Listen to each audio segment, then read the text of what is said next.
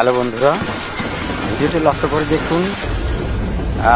বিদ্যুতের কি তীব্রতা, ঝড়ের কি গতিবেগ, এই যে বিদ্যুৎ উঠছে কি কঠিন তীব্রতা।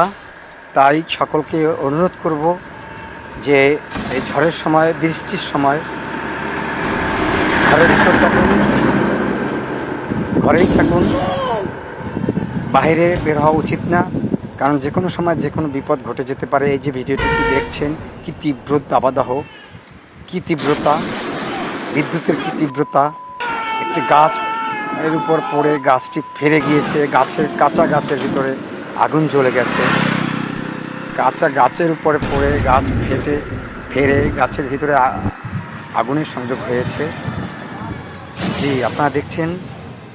এজন্য আমি অনুরোধ করব সবাইকে যে বৃষ্টির সময় আবহাওয়া খারাপ থাকলে আমরা বাসা থেকে